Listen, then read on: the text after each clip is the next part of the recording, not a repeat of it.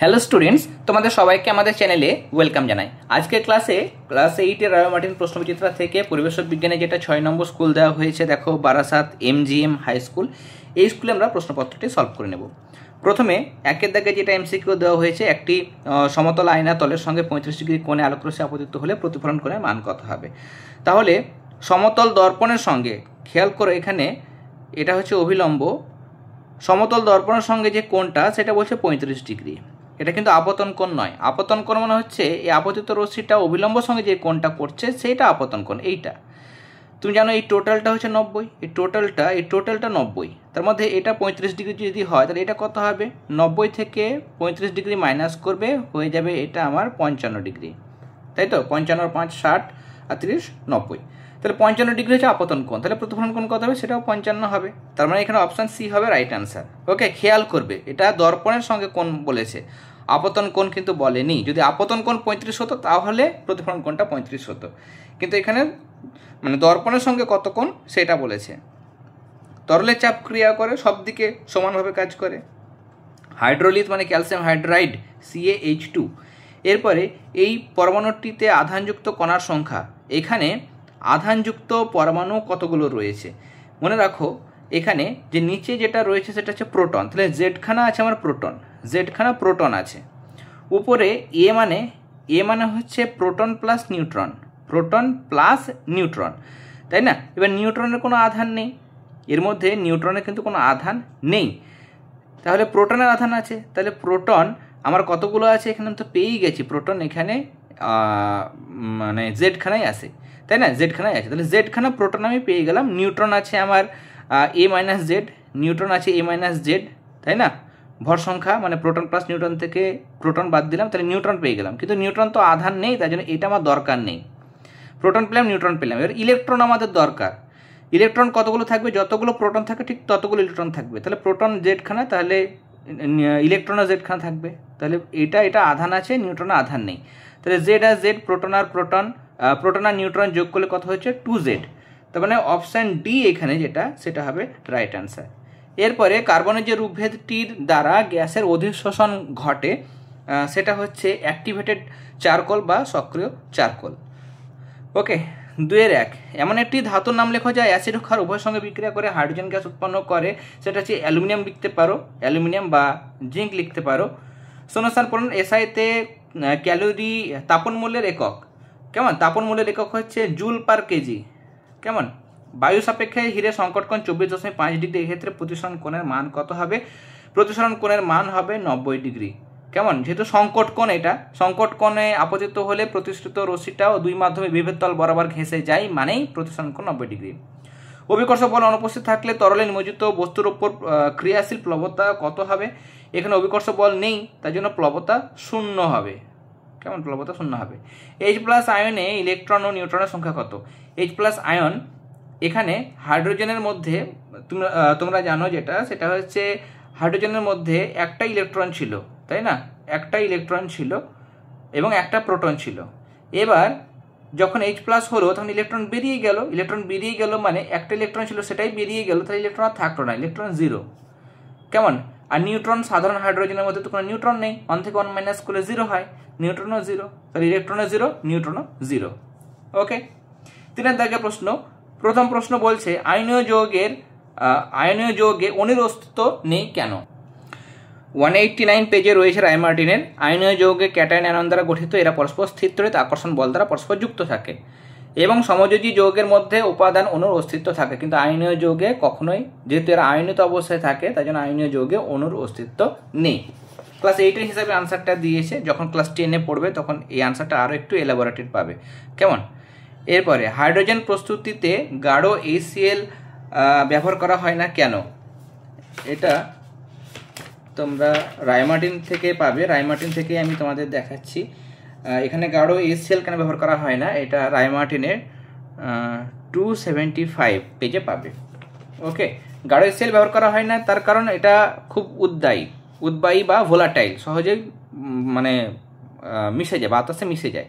বাতাসে মিশে গেলে কী হবে, এখানে জিঙ্ক ও HCl বিক্রিয়ায় হাইড্রোজেন গ্যাস উৎপন্ন হলেও তাতে HCl বাষ্পটাও কিন্তু মিশে থাকে, হাইড্রোজেন ক্লোরাইড বাষ্প হিসাবে সেটা মিশে থাকে।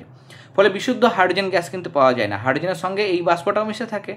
তাছাড়া বিক্রিয়ায় যে জিঙ্ক ক্লোরাইড উৎপন্ন হয় তার ধাতব জিঙ্কের উপর একটা আস্তরণ ফেলে, তার জন্য কিছুক্ষণ পরে বিক্রিয়া বন্ধ হয়ে যায়, নিয়ে আর হাইড্রোজেন গ্যাস পাওয়া যায় না। এই কারণে গাঢ় HCl ব্যবহার করা হয় না। তাহলে এই আনসারটা তোমরা করবে। পরের প্রশ্নে যাব আমরা, অথবা দিয়ে উত্তপ্ত কিউপ্রিক অক্সাইডের উপর দিয়ে হাইড্রোজেন গ্যাস পাঠালে যে বিক্রিয়া ঘটবে তা সমীকরণ সহ লেখো। উত্তপ্ত কালো কিউপ্রিক অক্সাইডের উপর দিয়ে যদি হাইড্রোজেন গ্যাস চালনা করা হয় তাহলে সেখানে বিক্রিয়া হয়, কিউপ্রিক অক্সাইড বিজারিত হয়ে লালচে বাদামি রঙের ধাতব কপার উৎপন্ন করে এবং এখানে হাইড্রোজেন নিজে জারিত হয়ে জল উৎপন্ন করে। কেমন, নিয়ে CuO প্লাস H2 উৎপন্ন করছে Cu প্লাস H2O। বিক্রিয়াটার সমীকরণটাও অবশ্যই তোমরা দেবে। নেক্সট কোশ্চেন, কোন স্থানে বায়ুমণ্ডলের চাপ 76 সেন্টিমিটার উঁচু পারদের পরিবর্তে জল ব্যবহার করলে জলস্তম্ভের উচ্চতা কত হবে নির্ণয় করো। এটা পেজ নাম্বার 14-এ দেওয়া হয়েছে, কিন্তু আনসারটা তোমাদের করতে হবে। লিখবে, ইতালির পদার্থ বিজ্ঞানী টরিচেলি একই পরীক্ষা করে জলের বদলে পারদ নিয়েছিলেন। তিনি দেখিয়েছিলেন যে 76 সেমি উঁচু পারদ যে পরিমাণ চাপ দেয় তা বায়ু চাপের সমান। এখানে অ্যাকচুয়ালি হয় কি, 76 সেন্টিমিটার পারস্তম্ভের চাপ মানে কত, তোমরা এখানে 76 সেন্টিমিটার পারস্তম্ভের চাপ, কেমন, 76 সেন্টিমিটার পারস্তম্ভের চাপ সমান দিয়ে এখানে এই সূত্র হচ্ছে HDG, এটা হচ্ছে সূত্র। কেমন, তাহলে এখানে H এর বদলে 76 বসাবে, D হচ্ছে ডেনসিটি যেটা, সেটা জলের ঘনত্ব, সেটা হচ্ছে আচ্ছা পারদের ঘনত্ব, এটা 13.6 বসাবে, আর এখানে G এর মান 1 বসাবে। যদি এটা গুণ করো দেখবে গুণ করলে মোটামুটি 3.6 আসবে এরকম। কেমন, এবার আমি যদি এটা আমার আসবে কত, সেন্টিমিটার। কেমন, তাহলে এটাকে যদি আমরা মিটারে করতে চাই তাহলে 10.3 মিটার আসবে আমার। ওকে, তাহলে এটা আমাদের করে দেখাতে হবে। এরপরে নেক্সট, একটি কাঁচের বলকে গ্লিসারিনে ডোবালে বলটি অদৃশ্য হয়ে যায় কেন। দেখো, দুটি মাধ্যমে প্রতিসরাঙ্ক সমান বা প্রায় সমান হলে সেই দুটি মাধ্যমকে পরপর বা একটিকে অন্যের মধ্যে রাখলে তারা একত্রে একটি অভিন্ন মাধ্যমের তুল্য আচরণ করে। দুটো যেন একই মাধ্যম, আলাদা আলাদা কিন্তু নয়, অভিন্ন মাধ্যমের মতো কিন্তু আচরণ করে। এক্ষেত্রে মাধ্যম দুটিতে আলোর বেগের মান অভিন্ন বা প্রায় সমান হওয়ায় আলোকরশ্মি কোনো রকম প্রতিফলনও ঘটায় না বা প্রতিসরণও কিন্তু ঘটায় না, নিয়ে সরাসরি বেরিয়ে যায় বা নির্গত হয়। ফলে কোনো প্রতিবিম্ব গঠিত হয় না। তাই গ্লিসারিনের মধ্যে ক্রাউন কাঁচ নির্মিত দণ্ড রাখলে সেটি অদৃশ্য দেখায়।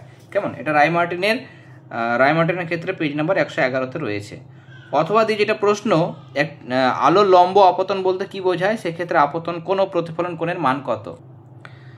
আলোকরশ্মি কোনো প্রতিফলক তলের ওপর অঙ্কিত লম্ব বরাবর আপতিত হলে তাকে লম্ব আপতন বলে। এখানে আপতন কোণ এবং প্রতিফলন কোণ সমান, সেটা হচ্ছে 0 ডিগ্রি। কেমন, আপতন কোণ যেহেতু 0 ডিগ্রি, প্রতিফলন কোণটাও কিন্তু 0 ডিগ্রি হয়। এরপরে 5 নম্বর প্রশ্ন, জৈব গ্যাস শক্তি কাকে বলে, জৈব গ্যাস শক্তি ব্যবহারের অসুবিধা। এটা রায়মার্টিন থেকেই আমি দেখাচ্ছি।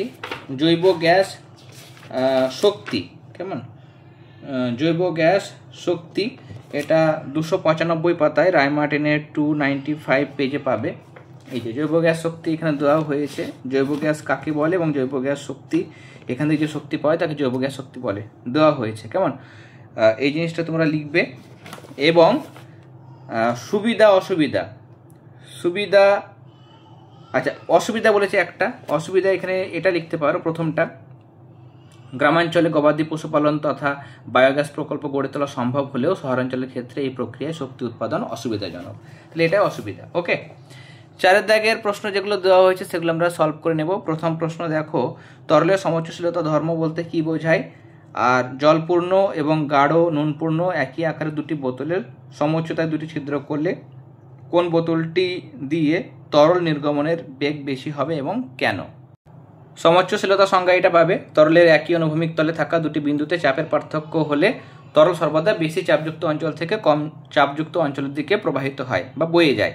তাই পরস্পর সংযুক্ত বিভিন্ন পাত্রে জলের উপরিতল যদি অনুভূমিক থাকে এবং সর্বদা একই উচ্চতায় থাকতে চায় কেমন, তার জন্য এই তরলের যে ধর্ম সেটাকে বলা হয় সমোচ্চশীলতা ধর্ম, মানে সমান উচ্চতায় কিন্তু থাকবে সব সময়। পরস্পর যদি কয়েকটা পাত্রকে যুক্ত করে রাখা হয় তাহলে প্রত্যেকটা তরলের উপরের দিকে জলটা বা তরলটা অনুভূমিক থাকবে এবং একই উচ্চতায় থাকবে, এটা হচ্ছে সমোচ্চশীলতা ধর্ম।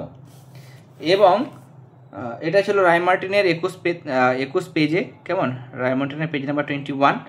আর নেক্সট যে কোশ্চেনটা দেওয়া ছিল, এই যে এখানে বলছে যে জল এবং গাঢ় নুন রয়েছে, দুটোতে যদি আমি ছিদ্র করি তাহলে এক্ষেত্রে যেহেতু গাঢ় নুন জলের ঘনত্ব বেশি, তাই উচ্চতা একই হওয়া সত্ত্বেও গাঢ় নুন জলের ক্ষেত্রে চাপটা বেশি হবে, যেহেতু গাঢ় নুন জলের ঘনত্বটা বেশি এবং গাঢ় নুন জলের ঘনত্ব বেশি হওয়ায় সেখানে বেশি বেগে জলটা বেরিয়ে আসবে। কেমন, ছিদ্র করলে গাঢ় নুন মানে গাঢ় যেটা নুন জল সেখানে যেহেতু চাপটা বেশি তাই জন্য তরল নির্গমনের হারটা বেশি। কেমন, তোমরা এখানে লিখবে যে জল পূর্ণ এবং গাঢ় নুন পূর্ণ দুটি একই আকারে বোতলে সমোচ্চতায় যদি ছিদ্র করা হয় তাহলে গাঢ় নুন পূর্ণ যে বোতল সেই বোতলে ছিদ্র দিয়ে তরল নির্গমনের হার বেশি হবে, যেহেতু এক্ষেত্রে গাঢ় নুন জলের ঘনত্ব বেশি হলে এখানে চাপটাও তরলের চাপটাও বেশি হয়, তার জন্য বেশি বেগে বেরিয়ে আসে। ওকে, এটা 12 পেজে টেক্সটে 12 পেজে দেওয়া হয়েছে। অথবা যে প্রশ্ন, অথবা দেখো 5 কেজি ভরের একটি বস্তু টেবিলের উপর রাখা আছে, এখানে কি বস্তুটির উপর কোনো ঘর্ষণ বল কাজ করছে, ব্যাখ্যা করো। 5 কেজি ভরের একটি বস্তু টেবিলের উপর রাখা আছে, এখানে বস্তুটির উপর কোনো ঘর্ষণ বল কাজ করে না, কারণ বস্তুটির ওপর টেবিল বরাবর কোনো বল এখানে কাজ করছে না, তাই এর ওপর স্থির অবস্থার ঘর্ষণ বলের মানটা 0। আবার যেহেতু বস্তুটি গতিশীল নয়, স্থির অবস্থায় রয়েছে, তার জন্য এক্ষেত্রে গতিশীল অবস্থার ঘর্ষণ বলের মানও 0। তাহলে স্থির অবস্থার ঘর্ষণ বলও 0 এবং গতিশীল অবস্থার ঘর্ষণ বলের মানও এখানে 0, তাহলে এখানে কিন্তু কোনো ঘর্ষণ বল কাজ করছে না। ওকে, এরপরে নেক্সট কোয়েশ্চেন দেখো, পারদের ঘনত্ব 13.6 গ্রাম পার ঘন সেমি, 1 লিটার পারদের ভর কত গ্রাম? লিখবে দেখো 1 লিটার মানে 1000 ঘন সেমি, পারদের ঘনত্ব মানে ভর বা আয়তন সেটা 13.6 গ্রাম পার ঘন সেমি বলে দিয়েছে। 1 ঘন সেমি পারদের ভর 13.6 গ্রাম। এবার 1000 ঘন সেমি পারদের ভর কত হবে, 1000 দিয়ে গুণ করব, তাহলে 13,600 গ্রাম মানে 13.6 কেজি। তার মানে 1 লিটার পারদের ভর আমরা পেয়ে গেলাম 13.6 কেজি বা 13,600 গ্রাম। তাহলে এই অ্যান্সারটা তোমাদের লিখতে হবে। এরপরে এখানে 2-1 চিত্রানুযায়ী পিও এবং কিউও, কেমন, পিও এবং কিউও আপতিত রশ্মির জন্য প্রতিশত রশ্মি দুটির গতিপথের অভিমুখ নির্দেশিত রশ্মি চিত্র অঙ্কন করো। এখানে খেয়াল করো পিওএম যেটা পিওএম এটা বলেছে সংকট কোণ। সংকট কোণে যদি আপতিত হয় তাহলে যে প্রতিশত রশ্মিটা যেটা হবে, এখানে প্রতিশত রশ্মি যখন আঁকবে তখন এটা দুই মাধ্যমে বিভেদ তল বরাবর ঘেঁষে বেরিয়ে যাবে, এটা তোমরা জানো। তাহলে এটা যেটা প্রতিশত রশ্মি ও বি পথে যাবে এবং ও কিউ যেটা সেটা দেখো সংকট কোণ থেকে বেশি কোণে আপতিত হয়েছে, তাহলে সংকট কোণ থেকে বেশি কোণে আপতিত হলে রশ্মিটা ঘন থেকে লঘু মাধ্যমে না গিয়ে আবার আগের মাধ্যমে ফিরে আসবে, অভ্যন্তরীণ পুনঃ প্রতিফলন ঘটবে। তাহলে এটা এরকমভাবে আঁকতে হবে তোমাদের, কেমন। তাহলে এটা পিওটা হচ্ছে ওবি পথে যাবে আর কিউও সেটা ও এখানে সি লিখে দেবে, বা এটা হচ্ছে ও সি লিখে দিলে আর এটা ওডি পথ লিখে দিলে, তাহলে ওডি পথে কিন্তু যাবে। ওকে, এরপরে মরীচিকা আলোর কোন ধর্মের জন্য সৃষ্টি হয়, এটা অভ্যন্তরীণ পূর্ণ প্রতিফলন তোমরা জানো, তাহলে অভ্যন্তরীণ পূর্ণ প্রতিফলন। নেক্সট, সমযোজী ও আয়নীয় যৌগের মধ্যে কোনটির স্ফুটনাঙ্ক বেশি হয় এবং কেন? আয়নীয় যৌগের ক্ষেত্রে স্ফুটনাঙ্ক বেশি হয়, তার কারণ আয়নীয় যৌগগুলো বিপরীত আধানযুক্ত আয়ন নিয়ে তৈরি হয় এবং তারা তীব্র স্থির তড়িৎ আকর্ষণ বল দ্বারা পরস্পর যুক্ত থাকে। তারা এখানে কেলাস জালক গঠন করে, কেলাস জালকের মধ্যে যে আয়নগুলো তারা কিন্তু তাদের অবস্থান থেকে বিচ্ছিন্ন করতে বেশি তাপশক্তির প্রয়োজন হয়, তার জন্য এখানে স্ফুটনাঙ্ক আয়নীয় যৌগের ক্ষেত্রে বেশি। কিন্তু সমযোজী যৌগের ক্ষেত্রে অণুগুলোর আন্তরাণবিক আকর্ষণ বল খুব দুর্বল, তার জন্য সহজে তাদেরকে বিচ্ছিন্ন করা যায়, তাপশক্তিও কিন্তু কম লাগে, মানে বিচ্ছিন্ন করতে তাপশক্তি কম লাগে, তার জন্য সমযোজী যৌগের গলনাঙ্ক স্ফুটনাঙ্ক কম হয়, কিন্তু আয়নীয় যৌগের স্ফুটনাঙ্ক এক্ষেত্রে বেশি হচ্ছে। ওকে, এরপরে পদার্থের চতুর্থ অবস্থা হচ্ছে প্লাজমা অবস্থা, কেমন, প্লাজমা স্টেট বা প্লাজমা অবস্থা। এরপরে অথবা দিয়ে প্রশ্ন, আয়নীয় বন্ধনকে যৌগের প্রকৃত বন্ধন বলা যায় না কেন? এখানে আয়নীয় যৌগের ক্ষেত্রে ইলেকট্রন আদান প্রদানের ফলে উৎপন্ন ক্যাটায়ন ও অ্যানায়ন স্থির তড়িৎ আকর্ষণ বল দ্বারা পরস্পর যুক্ত থাকে, এদের মধ্যে কোনো ইলেকট্রন জোড় থাকে না। আকর্ষণ বলের কোনো নির্দিষ্ট অভিমুখ থাকে না, তাই আয়নীয় যৌগকে কিন্তু প্রকৃত বন্ধন, মানে আয়নীয় যৌগের মধ্যে যে বন্ধন সেটাকে প্রকৃত বন্ধন বলা যায় না। অন্তর্ধৃতির যে শর্ত সেটা রায়মার্টিনের 274 পাতা তোমরা বের করো। এখানে শর্ত দিয়েছে এক, যে সাধারণ বা অল্প উষ্ণতাতে ঘটে, উপরতলের ক্ষেত্রফল বাড়লে অন্তর্ধৃতি বাড়ে, বিশেষ কতগুলো ধাতু যেমন প্ল্যাটিনাম, প্যালাডিয়াম, নিকেল এগুলোর ক্ষেত্রে অন্তর্ধৃতি ঘটে। নেক্সট 4 নম্বর প্রশ্ন, এ যৌগের সঙ্গে বি যৌগের বিক্রিয়ায় সি গ্যাস উৎপন্ন হয়, সি গ্যাসটি ক্ষারীয় পটাশিয়াম পাইরোক্লোরাইড দ্রবণে শোষিত হয়, NO এর সঙ্গে সি গ্যাসটি বাদামি বর্ণ ধারণ করে, শুধু এ কে বেশি তাপমাত্রা উত্তপ্ত করলে সি উৎপন্ন হয়, বেশিকে শনাক্ত করো। এ যৌগ, তাহলে এটা হচ্ছে KClO3, কেমন, পটাশিয়াম ক্লোরেট, এটাকে তোমরা এ দেবে, কেমন। এটা হচ্ছে বি, ম্যাঙ্গানিজ ডাইঅক্সাইড, তাদের বিক্রিয়ায় সি উৎপন্ন হয়, সি মানে এখানে অক্সিজেন গ্যাস উৎপন্ন হয়, কেমন। তাহলে পটাশিয়াম ক্লোরাইডের সঙ্গে ম্যাঙ্গানিজ ডাইঅক্সাইডের বিক্রিয়ায় KCl, এটা পটাশিয়াম ক্লোরাইড, এবং সি গ্যাস যেটা উৎপন্ন হয় সেটা হচ্ছে অক্সিজেন, আর MnO2 অবিকৃত থাকে যেহেতু এটা অনুঘটক। এবার মিলিয়ে নাও। এবার এখানে বলছে সি গ্যাসটি ক্ষারীয় পটাশিয়াম পাইরোক্লোরাইড দ্রবণ দ্বারা শোষিত হয়। সি গ্যাস মানে অক্সিজেন গ্যাস, তোমরা জানো অক্সিজেন গ্যাস ক্ষারীয় পটাশিয়াম পাইরোক্লোরাইড দ্রবণ দ্বারা শোষিত হয়, তার মানে এটা ঠিক আছে, সি যেহেতু অক্সিজেন। আর বলেছে NO এর সঙ্গে সি এর বিক্রিয়ায় বাদামি বর্ণ ধারণ করে, তাহলে NO এর সঙ্গে সি যখন বিক্রিয়া হয়, NO এর সঙ্গে সি, সি মানে এখানে কি অক্সিজেন, তাহলে অক্সিজেনের বিক্রিয়ায় বাদামি বর্ণে নাইট্রোজেন ডাইঅক্সাইড গ্যাস উৎপন্ন হয়, সেটা তোমরা জানো। এই বিক্রিয়াটাও দেবে তোমরা পাশে, কেমন। প্রথমে বিক্রিয়াটা দেবে যেটা আগে দেখালাম KClO3 বিক্রিয়া, তারপরে এই বিক্রিয়াটাও দেবে, দেখাবে, কেমন। এবং বলছে যে এ কে যদি আমরা উত্তপ্ত করি, শুধু একে উত্তপ্ত করেও কিন্তু অক্সিজেন গ্যাস পাওয়া যায়, কিন্তু সেখানে তাপমাত্রা বেশি লাগে, 650 ডিগ্রি সেলসিয়াস। যদি আমরা MnO2 না দিই, ম্যাঙ্গানিজ ডাইঅক্সাইড হচ্ছে অনুঘটক, যদি না দিই শুধু KClO3 দিই, তাহলে সেখানে 650 ডিগ্রি লাগে। আর যখন ম্যাঙ্গানিজ ডাইঅক্সাইড দিই তখন অত তাপ লাগে না, 230এই বিক্রিয়া ঘটে গিয়ে অক্সিজেন তৈরি হয়।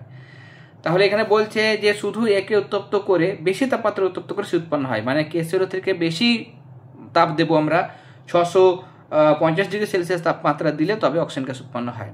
তাহলে এ হয়ে গেল আমার কি, এ হয়ে গেল এখানে KClO3, কেমন, পটাশিয়াম ক্লোরেট KClO3, বি আমার এখানে হয়ে গেল MnO2 ম্যাঙ্গানিজ ডাইঅক্সাইড, এবং সি হয়ে গেল আমার এখানে O2। এবং রাসায়নিক বিক্রিয়া সমীকরণের ক্ষেত্রে এই সমীকরণটা দিতে হবে তোমাকে, এবং এই বিক্রিয়াটাও দিতে হবে। এই 2 নম্বর বিক্রিয়া যেটা নাইট্রিক অক্সাইডের সঙ্গে অক্সিজেনের বিক্রিয়ায় নাইট্রোজেন ডাইঅক্সাইড উৎপন্ন হচ্ছে সেটাও দিতে হবে। এবং KClO3 সরাসরি বিয়োজিত হয়ে যায়। আর একটা বিক্রিয়া তোমার হয়, সেটা হচ্ছে মানে শুধু KClO3 যদি দিই আমরা, KClO3 কে যদি হিট দিই তাহলে 2KCl + 3O2 উৎপন্ন হয়, এই বিক্রিয়াটাও দেবে, 3 নম্বর বিক্রিয়া। ওকে, নেক্সট আমাদের অথবা দিয়ে প্রশ্ন, উত্তপ্ত সোডিয়াম ধাতুর উপর দিয়ে হাইড্রোজেন গ্যাস চালনা করলে কি ঘটবে, সমীকরণ সহ লেখো। উত্তপ্ত সোডিয়াম ধাতুর উপর দিয়ে হাইড্রোজেন গ্যাস চালনা করলে এখানে সোডিয়াম হাইড্রোরাইড উৎপন্ন হয়, 2Na + H2 উৎপন্ন হচ্ছে 2NaH, সোডিয়াম হাইড্রোরাইড। তাহলে কথাটা লেখার পরে রাসায়নিক বিক্রিয়াটা দেবে। এটা 121 পাতায় রয়েছে, টেক্সটের 121। এখানে পরীক্ষাগারে হাইড্রোজেন গ্যাস প্রস্তুতিতে বিশুদ্ধ জিঙ্ক ব্যবহার করা হয় না কেন, কেমন, বিশুদ্ধ জিঙ্ক কেমন ব্যবহার না করার কারণ। এখানে দেখো আনসার দেওয়া হয়েছে, বিশুদ্ধ জিঙ্কের সঙ্গে লঘু সালফিউরিক অ্যাসিডের বিক্রিয়া ঘটে ধীরে, তাই এখানে অবিশুদ্ধ জিঙ্কের ছিবড়া ব্যবহার করা হয়, অবিশুদ্ধ জিঙ্কের সঙ্গে অ্যাসিডের বিক্রিয়া তাড়াতাড়ি ঘটে। তাহলে এই দুটো লাইন লিখতে হবে, এটাও 121 পাতাতেই রয়েছে, কেমন। এরপরে 5 নম্বর প্রশ্ন, ম্যাগনেসিয়াম ঘটিত আগুন কার্বন ডাইঅক্সাইড দ্বারা নেভানো যায় না কেন, আর শুষ্ক বরফ কি। এই প্রশ্নটা আমরা আগেও পেয়েছি যে বড় অগ্নিকাণ্ডে বা ম্যাগনেসিয়াম ঘটিত আগুন কার্বন ডাইঅক্সাইড দ্বারা নেভানো যায় না, তার কারণ এখানে কার্বন ডাইঅক্সাইড ভেঙে গিয়ে কি উৎপন্ন হয়, এই যে কার্বন এবং অক্সিজেন উৎপন্ন হয়। এবার অক্সিজেন উৎপন্ন হচ্ছে, তার জন্য অক্সিজেন গ্যাস তো জ্বলতে সাহায্য করে, তার জন্য আগুন না নিভিয়ে আরও কিন্তু বিক্রিয়া ঘটে। দেখো এই অক্সিজেন আবার ম্যাগনেসিয়ামের সঙ্গে বিক্রিয়া করে ম্যাগনেসিয়াম অক্সাইড উৎপন্ন করে, কেমন, ম্যাগনেসিয়াম অক্সাইড উৎপন্ন করে, মানে ম্যাগনেসিয়াম ধাতুর দহনে কিন্তু এটা সাহায্য করছে, তার জন্য সেটা আরও বিক্রিয়া ঘটাতে থাকে। ওকে, দেখো এখানে বলে দেওয়া হয়েছে এখান থেকে কিভাবে হচ্ছে, এবং এখানে রাসায়নিক বিক্রিয়াটাও দেওয়া হয়েছে, কেমন। আর শুষ্ক বরফ, এটা তাপ চ্যাপ্টারে তোমরা পাবে। শুষ্ক বরফের এটা আমরা মানে আচ্ছা, তাপ চ্যাপ্টার বলছি। এখানে কঠিন কার্বন ডাইঅক্সাইডকে শুষ্ক বরফ বলা হয়। কেমন? কঠিন কার্বন ডাইঅক্সাইডকে শুষ্ক বরফ বলা হয়। এটা শুষ্ক বরফের সংজ্ঞা আমরা পেয়েছি। এই যে শুষ্ক বরফ এখানে দিয়েছে, কিন্তু এটা তোমরা লিখবে না, তোমরা লিখবে এই যে এই জিনিসটা। কার্বন ডাইঅক্সাইড গ্যাসকে 60 বায়ুমণ্ডলীয় চাপে আর 30 ডিগ্রি সেলসিয়াস উষ্ণতার নিচে চাপ প্রয়োগ করে তরলে পরিণত করা যায়। এই তরল কার্বন ডাইঅক্সাইডকে ঠান্ডা করলে -78 ডিগ্রি সেলসিয়াস উষ্ণতায় জমে কঠিনে পরিণত হয়। এই কঠিন কার্বন ডাইঅক্সাইডকে শুষ্ক বরফ বলে। এইটা লিখবে। কেমন? এটা তোমাদের 298 পেজে রয়েছে। এটা হচ্ছে রায় মার্টিনের 298, আর এটা ছিল রায় মার্টিনের 304 পাতা। এরপরে আমরা পরের পাতায় লাইফ সায়েন্সের যে পার্টটা আছে সেটা তাড়াতাড়ি দেখে নেব। প্রথম প্রশ্ন, দেহের বর্জ্য পদার্থ থেকে মূত্রের মাধ্যমে দেহ থেকে বের করতে সাহায্য করে, সেটা হচ্ছে বৃক্ক বা কিডনি। প্রদত্ত যে অণুজীবটি কোষ প্রাচীরে থাকে, কোষ প্রাচীরের মধ্যে কোষ প্রাচীর থাকে, যেটার ব্যাকটেরিয়ার কিন্তু কোষ প্রাচীর থাকে। কেমন? বাদ বাকি এগুলোর কিন্তু কোষ প্রাচীর থাকে না, কোষ পর্দা থাকে। আদা এটা একটা গ্রন্থিকাণ্ড। বৃদ্ধি পরিপোষক হরমোন বা বৃদ্ধি পোষক হরমোন যেটাকে বলা হয় সেটা হচ্ছে STH হরমোন, সোম্যাটোট্রফিক হরমোন। বনের ক্যানোপি যেটা গঠন করে সেটা হচ্ছে বৃক্ষ, উপরের অংশ। কেমন? 2-1 জারবিল 257 পাতা। দেখো জীবনবিজ্ঞানের যে জায়গাটা আছে, জীবনবিজ্ঞানের আনসারগুলো বেশিরভাগই আমরা টেক্সট বই থেকে পেয়ে যাই। কেমন? জারবিল ছোট ইঁদুরের মতো প্রাণী, বালি খুঁড়ে বালির ভেতরে থাকে, রাতের বেলা বের হয়। এরা ক্যাঙ্গারুর মতো লাফাতে পারে, তাই এদের ক্যাঙ্গারু ইঁদুরও বলা হয়। কেমন? এরা মূলত বিভিন্ন ধরনের ফল, বীজ, বাদাম এবং পতঙ্গ খায়। এতটুকুই লিখবে। কেমন? 257 পেজে রয়েছে, এতটুকু লিখবে। ডায়াবেটিস মেলিটাস কাকে বলে টেক্সট থেকে লিখতে পারো, বা রায় মার্টিনের ক্ষেত্রে 499 পাতা যদি বের করো, এখানে ডায়াবেটিস মেলিটাস দেওয়া হয়েছে। খাদ্য চ্যাপ্টারে তোমরা পাবে। কেমন? খাদ্য চ্যাপ্টারেও সেখানে পেয়ে যাবে, সেখানে একটু বড় করে দেওয়া হয়েছে। এই যে প্রতি 100 মিলিলিটার রক্তে শর্করা যেটা স্বাভাবিক পরিমাণ সেটা হচ্ছে 80 থেকে 120 মিলিগ্রাম। এবার ইনসুলিনের যদি অভাব ঘটে তাহলে রক্তে শর্করার পরিমাণ বেড়ে যায় এবং মূত্রের মাধ্যমে শর্করা কিন্তু বের হয় বা রেচিত হয়। এর ফলে দেহের ওজন হ্রাস পায়, মানে কমে যায় এবং দেহ দুর্বল হয়ে পড়ে। এই অবস্থাকে ডায়াবেটিস মেলিটাস বা মধুমেহ বলে। একদম সংক্ষেপে দেওয়া হয়েছে। মানে কোনো কারণে যদি ইনসুলিনের পরিমাণ কমে যায় তাহলে সেখানে কি হবে, রক্ত থেকে গ্লুকোজটা কিন্তু কোষে প্রবেশ করতে পারবে না, রক্তের মধ্যে থেকে যাবে। তার জন্য রক্তে গ্লুকোজের পরিমাণ বাড়তে কি হবে, অস্বাভাবিক অবস্থা সৃষ্টি হবে এবং যতক্ষণ না সেই গ্লুকোজ মূত্রের মাধ্যমে দেহ থেকে বের হচ্ছে ততক্ষণ কিন্তু রক্তের মাধ্যমে সেটা ঘুরতে থাকবে এবং এখানে চোখ, পা, বিভিন্ন অঙ্গের কিন্তু ক্ষতি হয়। এটাকে বলে ডায়াবেটিস মেলিটাস বা মধুমেহ বলা হয়। নেক্সট কোয়েশ্চেন দেখো, কেল্প 247 পাতা।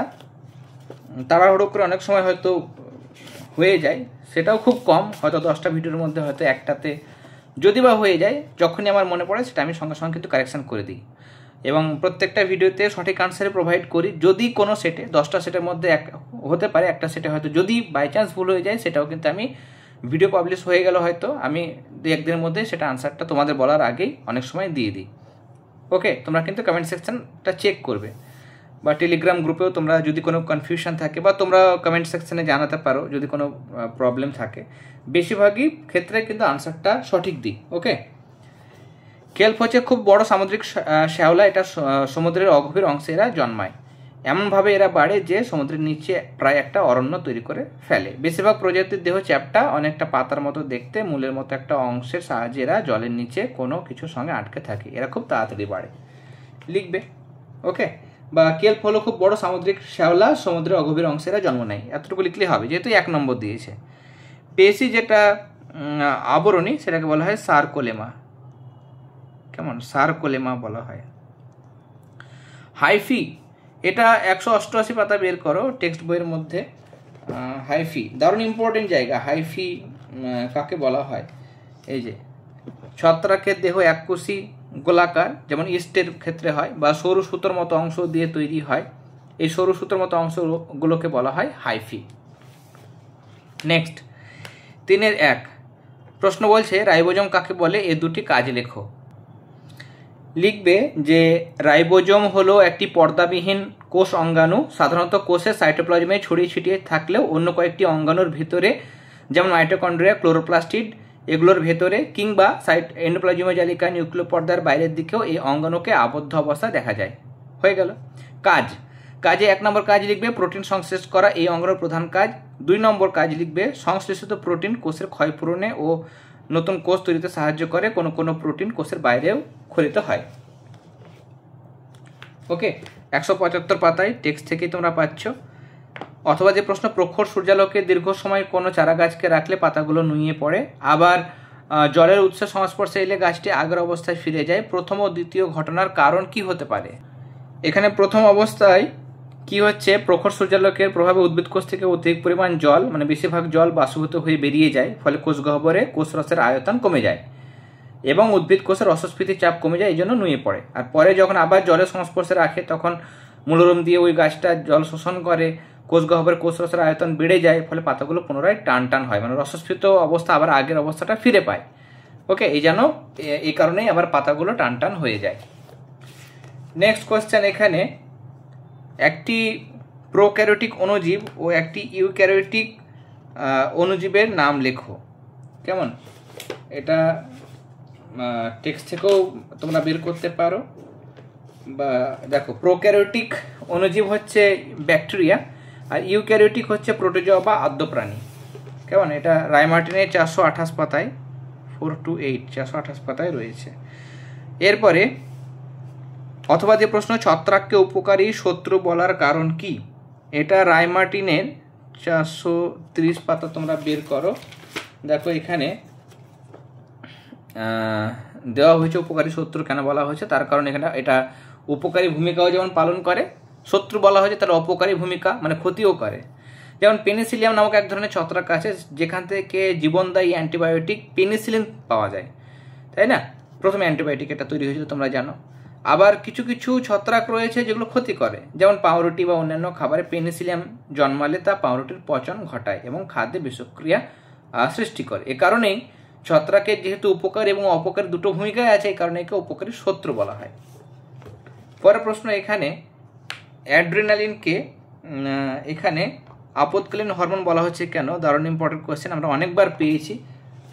এটা যখন জরুরিকালীন অবস্থা যখন পৌঁছায়, রাগ, ভয়, উত্তেজনা, এই সময় কি হয়, আমাদের রক্ত প্রবাহের হার, হৃদস্পন্দনের হার, ত্বকের লোম খাড়া করে দেয়, তারারন্ধ্রের প্রসারণ ঘটায়, অধিক ঘর্মক্ষরণ, ঘামক্ষরণ বেশি হয়, সচেতনতা বৃদ্ধি, শ্বাস প্রশ্বাসের হার বেড়ে যায়, রক্তচাপ বাড়িয়ে দেয়, নিয়ে জরুরি অবস্থা মোকাবিলা করতে এবং চাপমুক্ত হতে সাহায্য করে এই হরমোন, তাই না? তাহলে জরুরি অবস্থা মোকাবিলা করার জন্য যেহেতু দেহকে প্রিপেয়ার করে, প্রস্তুত করে, এই জন্য একে সংকটকালীন বা জরুরিকালীন হরমোন বা আপদকালীন হরমোন বলা হয়। এরপরে অগ্নাশয়কে মিশ্র গ্রন্থি বলা হয় কেন? এটা রায়মার্টিনেই পাবে 499 পাতা। যাদের কাছে রায়মার্টিন নেই অন্য রেফারেন্স বইয়ে তোমরা পাবে, কেমন, বা এখান থেকে তোমরা দেখে নিতে পারো।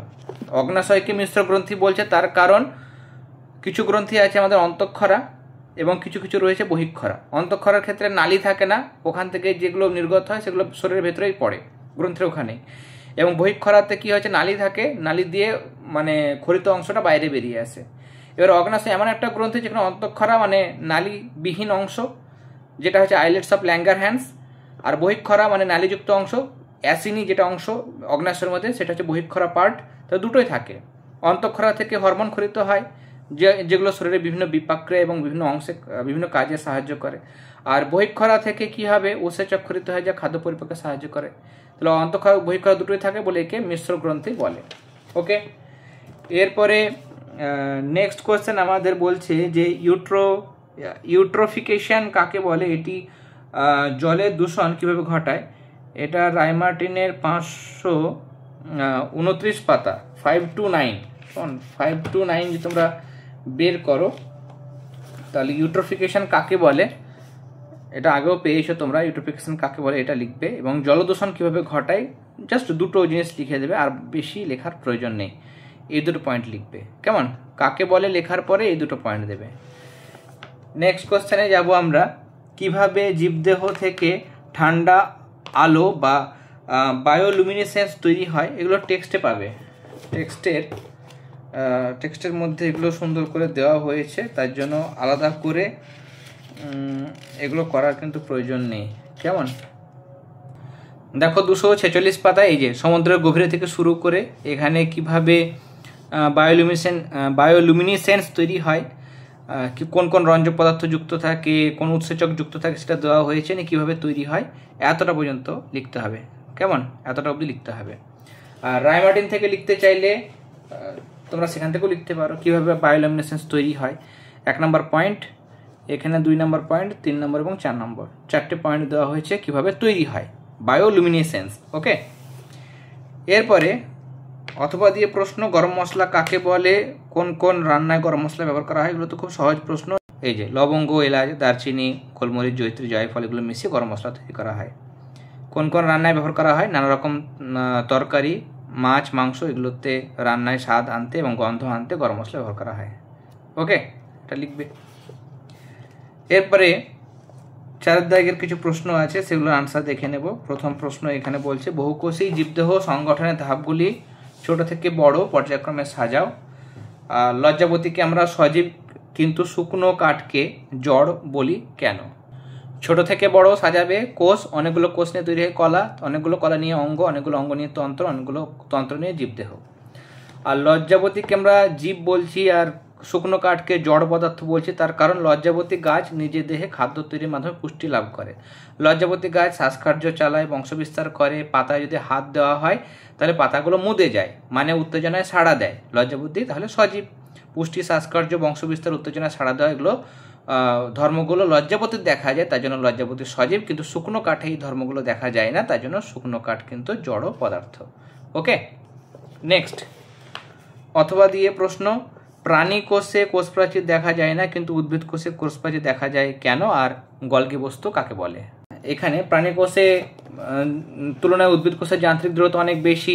উদ্ভিদ যেহেতু এক জায়গা থেকে অন্য জায়গায় স্থান পরিবর্তন করতে পারে না, তার জন্য প্রতিকূল পরিবেশে মোকাবিলা করতে হয় উদ্ভিদকে, এই জন্য অতিরিক্ত সুরক্ষা প্রদান করতে হয়। এই কারণেই কোষ প্রাচীর কী করে, উদ্ভিদকে অতিরিক্ত সুরক্ষা দিয়ে থাকে, এই জন্য উদ্ভিদ কোষে কোষ প্রাচীর থাকে, প্রাণী কোষে থাকে না।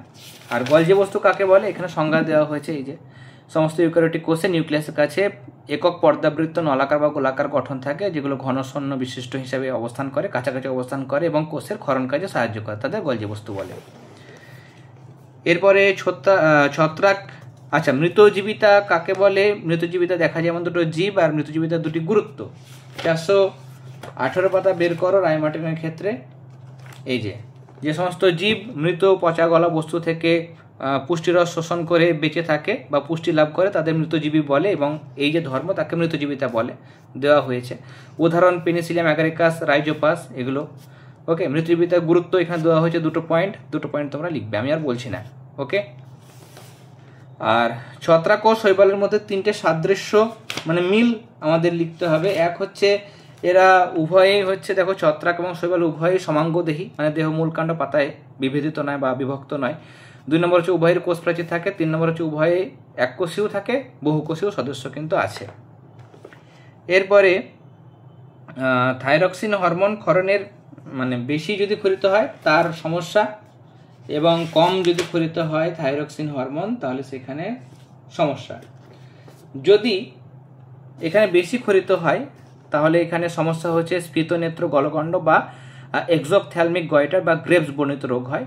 লক্ষণ হচ্ছে এখানে গ্রন্থি ফুলে ওঠে, থাইরয়েডটা চোখ বাইরের দিকে ঠিকরে বাইরে বেরিয়ে আসে, একটাই লিখবে।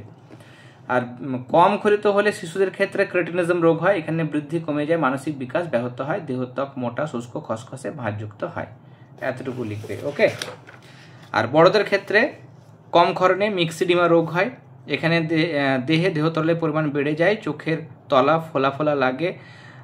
এছাড়া দেখো দেহের চামড়া মোটা, সামান্য হলুদ রঙের ও খসখসে হয়। ওকে, লক্ষণ বা উপসর্গগুলো লিখতে বলেছে, সেখানে 2টো করে বা 1টা করে উপসর্গ লিখবে। কেমন? Next question, mangrove. তাহলে এটা 493 পেজে ছিল রায়মার্টিনে। কেমন? 493। ম্যানগ্রোভ বনভূমি কাকে বলে, এটি কোথায় দেখা যায়? বৈশিষ্ট্য টেক্সট থেকে লিখতে পারো, কিন্তু রায়মার্টিন থেকে একরকমভাবে কোশ্চেনের মতোই দিয়ে দিয়েছে, তার জন্য দেখাচ্ছি। ম্যানগ্রোভ বনভূমি কাকে বলে সংজ্ঞা দিয়েছে। ক্লাসটা লেন্দি হয়ে যাচ্ছে, আমি আর বলছি না। ম্যানগ্রোভ বনভূমি কাকে বলে দেওয়া হয়েছে, কোথায় দেখতে পাওয়া যায় দেওয়া আছে। ওকে, বৈশিষ্ট্য শারীরবৃত্তীয় শুষ্ক মৃত্তিকা, এই বৈশিষ্ট্যটা লিখবে। শ্বাসমূল ঠেসমূল দেখা যায়, এই বৈশিষ্ট্যটা লিখবে। ওকে, নেক্সট কোশ্চেনে যাব আমরা। খাদ্য শৃঙ্খল, আচ্ছা এটার পেজ নাম্বারটা তোমাদের বলে দিই, 513 পাতায় ছিল। কেমন? 513। খাদ্য শৃঙ্খল যেটা, এটা 511 পাতায় পাবে। খাদ্য শৃঙ্খল কাকে বলে, কী কী কারণে দাবানল হয়? খাদ্য শৃঙ্খল 510 পাতায় দেওয়া হয়েছে। খাদ্য শৃঙ্খল কাকে বলে? খাদ্য খাদক সম্পর্কের ভিত্তিতে জীবজগতে যে শৃঙ্খলাকার গঠন তৈরি হয় এবং যে গঠনের মধ্য দিয়ে আবদ্ধ ও রূপান্তরিত সৌরশক্তির স্থানান্তর ঘটে তাকে খাদ্য শৃঙ্খল বলে। যেমন ঘাস থেকে ঘাসফড়িং, থেকে ব্যাঙ, থেকে সাপ, থেকে ময়ূর। তাহলে ঘাস হচ্ছে উৎপাদক, একে খাচ্ছে ঘাসফড়িং, সেটা প্রাথমিক খাদক। ঘাসফড়িংকে ব্যাঙ খায়, সেটা দ্বিতীয় শ্রেণীর খাদক। ব্যাঙকে সাপ খায়, সেটা তৃতীয় শ্রেণীর খাদক। ব্যাঙকে ময়ূর খায়, ময়ূর হচ্ছে সর্বোচ্চ শ্রেণীর খাদক। দাবানল সৃষ্টির কারণ, দাবানল তৈরি হওয়ার কারণ হচ্ছে শুকনো গাছের উপর আকস্মিক হঠাৎ যদি বজ্রপাত হয় তাহলে আগুন ধরে যেতে পারে। অগ্নুৎপাতের সময় প্রচুর পরিমাণে লাভা জলামুখ থেকে ছিটকে বেরিয়ে যেতে পারে এবং লাভার সংস্পর্শে কোনো শুকনো গাছ এলে বনে আগুন লেগে যেতে পারে, এটাও একটা কারণ। কতগুলো কারণ বলেছে, কি কি কারণে হয়। আচ্ছা, এটা দাবানলের ক্ষেত্রে তুমি ধরে নাও এটা 2 নম্বর দিয়েছে, এটা 2 বা 3টে কারণ লিখবে। এটাও একটা লিখবে, কেমন? তীব্র বায়ুপ্রবাহের প্রভাবে পাশাপাশি দুলতে থাকা গাছে গাছে ঘষা লাগলে আগুনের শিখা বা স্ফুলিঙ্গ জ্বলে ওঠে, যা বনের অন্যান্য গাছে ছড়িয়ে পড়ে, এভাবে দাবানল ঘটে। তাহলে 3টে লিখবে, ওকে, আর বেশি লেখার প্রয়োজন নেই। নেক্সট 5 নম্বর প্রশ্ন, কারকিউমিন কি, এটির উপকারিতা কি, আর এলাচ কি প্রকার উদ্ভিদ? আচ্ছা, আমরা পরপর দেখব। কারকিউমিন, কেমন? কারকিউমিনটা লিখবে, হলুদে কারকিউমিন নামক একটা বিশেষ যৌগ থাকে। এই যৌগের উপস্থিতির জন্য জীবাণুনাশক হিসাবে হলুদ ব্যাকটেরিয়া, ভাইরাস, ছত্রাককে মেরে ফেলার ক্ষমতা রাখে। এতটুকুই লিখবে। 279 পেজ, কেমন? টেক্সটের 279। এটা উপকারিতা পেলাম ওটা, কেমন? এলাচ কি উদ্ভিদ, এটা এলাচটা লিখবে, এলাচ হলো বহুবর্ষজীবী বিরুৎ জাতীয় উদ্ভিদ। ওকে, তাহলে 280 পাতায় পাচ্ছ। তাহলে এই দুটো আনসার লিখবে। আর শেষ প্রশ্ন এখানে, হলুদকে মৃৎগত কাণ্ড বলার কারণ কি? এখানে প্রশ্ন দেখো, আদা দিয়েছে, হলুদেও একই আনসার হবে। তোমরা লিখবে আদা। আচ্ছা, হলুদ মাটির নিচে অনুভূমিকভাবে বর্ধিত হয়, একে গ্রন্থিকাণ্ড বলে। আদার মতো হলুদটাও গ্রন্থিকাণ্ড, কেমন?